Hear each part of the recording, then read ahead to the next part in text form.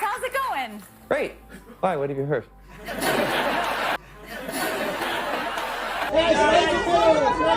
Blake together! Blake together!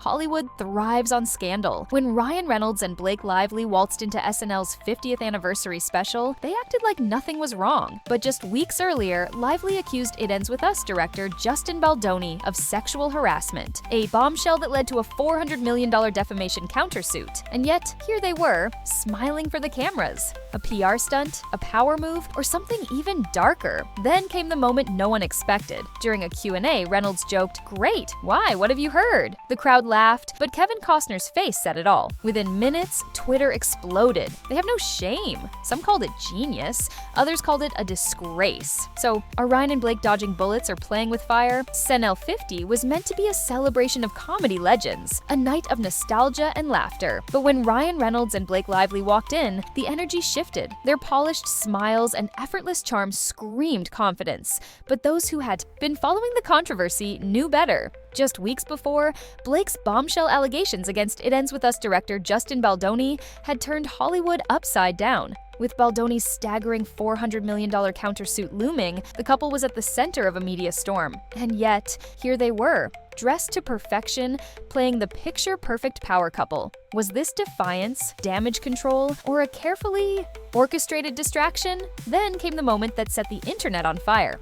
During a Q&A with SNL icons Tina Fey and Amy Poehler, Ryan was asked a lighthearted question about how he was doing. His response? A smirk, followed by, "Great. Why, what have you heard?" The crowd laughed, but social media didn't. Within minutes, Twitter and Reddit exploded. Some called Ryan's humor a genius PR move, a way to lighten the tension. Others were furious, calling the joke tone-deaf and dismissive. They're laughing while being sued for hundreds of millions. One viral tweet read, "Body language experts weighed in, noting Ryan's forced casualness and Blake's stiff, almost unreadable demeanor. A quick glance, a slight hesitation. Was she playing along? Or was there tension beneath the surface?" Then there was Kevin Costner. Cameras caught his unimpressed reaction right after Ryan's joke. Arms crossed, expression blank. It didn't go unnoticed. "The rest of us are Kevin Costner," a Reddit user wrote, summing up the growing skepticism toward the couple. But the backlash wasn't one-sided. Some fans fiercely defended Lively, arguing that Baldoni's PR team was manipulating the narrative. Others dug into Lively's past, questioning her credibility altogether. The debate raged on, splitting public opinion down the middle. One thing was clear: their SNL appearance didn't put the controversy to rest. It amplified it. To understand why their SNL appearance was so scrutinized, we have to rewind to the storm brewing behind the scenes. Blake Lively had taken a bold step by filing a lawsuit against her It Ends With Us co-star and director, Justin Baldoni.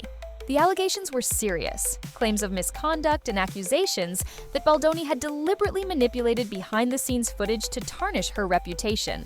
According to Lively's camp, there had been multiple incidents where she felt disrespected on set, culminating in her decision to take legal action. Baldoni's response was swift and explosive. Not only did he deny the allegations, but he countered with an eye-watering $400 million lawsuit of his own, alleging that Blake and Ryan were using their influence to blacklist him in Hollywood. This move sent shockwaves through the industry. Suddenly, battle lines were drawn. Some industry figures publicly supported Blake, advocating for a deeper conversation about power dynamics in Hollywood. Others quietly sided with Baldoni, viewing his countersuit as an act of self-preservation against what they perceived as an unjust attack. Meanwhile, Ryan Reynolds, usually known for his social media presence and quick-witted remarks, remained eerily silent about the lawsuit. Until SNL, Hollywood is a game of narratives, and every public move is calculated. Attending SNL wasn't just about celebrating comedy, it was a statement.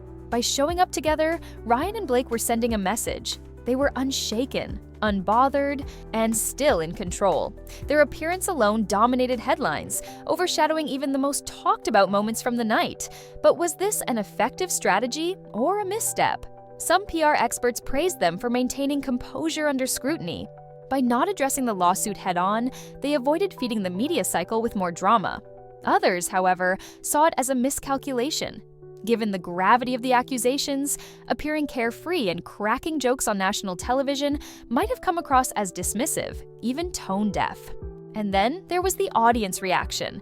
While some fans applauded their resilience, others called them out, accusing them of using humor as a shield to evade accountability. One of the most glaring aspects of this controversy isn't just the legal battle, it's the blatant double standard at play.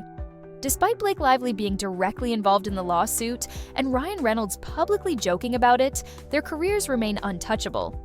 Ryan is still landing major roles, high profile, endorsements, and multi-million-dollar deals. Blake continues to be a red carpet darling, securing brand partnerships and fashion campaigns like nothing ever happened. But what about Justin Baldoni? The moment accusations surfaced, his reputation took a nosedive. Rumors swirled that studios were backing away, quietly distancing themselves from his projects. The same industry that preaches fairness and accountability seems to be picking sides, and it's clear who the winners are. Hollywood has always played favorites. When male actors like Johnny Depp or Brad Pitt faced legal battles, their careers teetered on the edge. But for others, like Ezra Miller and even Ryan himself, allegations and controversies don't seem to leave a scratch. Why?